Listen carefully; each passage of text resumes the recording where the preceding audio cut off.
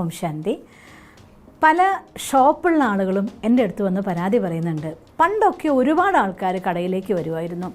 ഇപ്പം എന്താണെന്നറിയില്ല, ഒരാൾക്കാർ കടയിലേക്ക് വരുന്നില്ല, ഒരു സാധനം ചിലവായി പോകുന്നില്ല, എടുക്കുന്ന സാധനങ്ങൾ കെട്ടിക്കിടക്കുകയാണ്, പൈസ ആ ഷോപ്പിൻ്റെ വാടക അടയ്ക്കാൻ പോലും തികയുന്നില്ല എന്നൊക്കെ ഒരുപാട് സങ്കടം പറഞ്ഞു.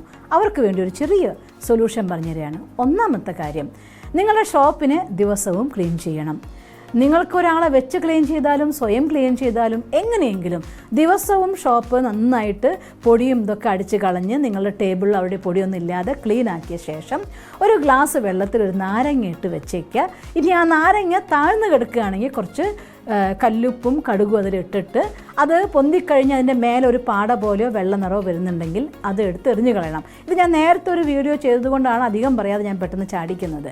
രണ്ടാമതൊരു കാര്യം, ഷോപ്പ് തുറക്കും മുന്നേ നിങ്ങൾ ഏത് വിശ്വാസത്തിലുള്ളവരാണെങ്കിലും ഏത് രീതികളിലാണെങ്കിലും ആ ഷോപ്പ് തുറന്ന് നിങ്ങൾ ആദ്യം അവിടെ ചെല്ലുന്ന ആളാണെങ്കിൽ ഇരുന്ന ശേഷം കുറച്ച് സമയം അവിടെ ഈശ്വരനെ ആവാഹിക്കൂ. നമ്മുടെ ഈശ്വരീയ വിശ്വവിദ്യാലയത്തിൽ മെഡിറ്റേഷനിൽ പരമാത്മാവിനെ ആവാഹിക്കാറുണ്ട്. ആ പരമപ്രകാശം ഒരു കുഞ്ഞു സൂര്യനെ പോലെ നമ്മുടെ കടയിലേക്ക് മനസ്സിലെ ഈശ്വരാന്ന് വിളിക്കുമ്പോൾ ആ ഈശ്വരൻ അവിടേക്ക് ഇറങ്ങി വന്നതായിട്ടും നിങ്ങളുടെ ഷോപ്പിൻ്റെ ഓരോ മുക്കിലും മൂലയിലും അടക്കം ആ പ്രകാശം മുഴുവൻ കറങ്ങി നടന്നുകൊണ്ട് അവിടെ ഊർജം നിറച്ച് അവിടെ പോസിറ്റീവ് എനർജി നിറച്ച് ഈശ്വരൻ്റെ സാന്നിധ്യം ആദ്യം ഉറപ്പുവരുത്തൂ. ഷോപ്പിൽ ആദ്യം കയറുന്ന ആൾ ഈശ്വരനാവട്ടെ. എന്നിട്ട് അന്നത്തെ ദിവസം തുടങ്ങുകയാണെങ്കിൽ ഈശ്വരൻ്റെ വൈബ്രേഷൻ എന്ന സുഗന്ധം നിങ്ങളുടെ കടയിലേക്ക് ആളുകളെ തന്നെത്താൻ ആകർഷിക്കും. മറ്റൊരു കാര്യം, ഒരു ചെറിയ വിദ്യ കൂടെ ഞാൻ നിങ്ങൾക്ക് പറഞ്ഞു തരികയാണ്.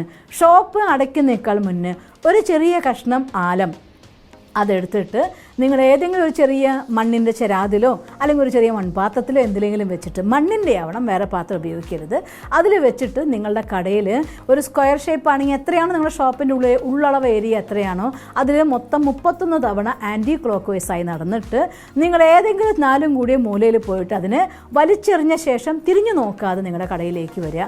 എന്നിട്ട് പറ്റുമെങ്കിൽ കുറച്ച് കർപ്പൂരം എടുത്തിട്ട് ഒരു മൺചെരാതിൽ കത്തിച്ച് അത് കത്തിക്കെട്ട് കഴിയുമ്പോൾ ആ ഷോപ്പ് അടച്ചു വെച്ച് പോരുകയും ചെയ്യുക. ഇത്രയും ചെയ്താൽ നെഗറ്റീവ് എനർജിയുടെ പ്രഭാവം മാറും, ഷോപ്പിലേക്ക് ആളുകൾ ആകർഷിച്ച് വന്നോളും. നിറയെ കച്ചവടം ഉണ്ടാവട്ടെ, നല്ല ലാഭം നിങ്ങൾക്ക് ഉണ്ടാവട്ടെ എന്ന് പ്രാർത്ഥിക്കുന്നു. ഓം ശാന്തി.